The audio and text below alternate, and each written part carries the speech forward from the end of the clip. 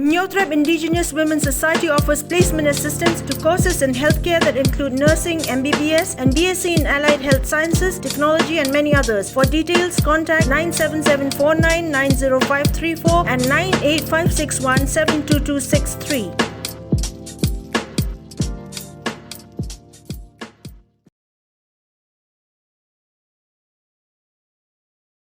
At an unfortunate incident, a 25-year-old male named KHYRIEM of SAWLAD, PDENGSHNONG, LAITKOR had lost his life due to drowning at the Ummir in MAWPDANG village in DIENGPASOH area.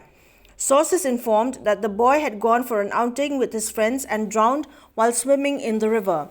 The body of the deceased was retrieved by the search and rescue team of the fire and emergency services at around 2:30 in the afternoon of 27th October 2021.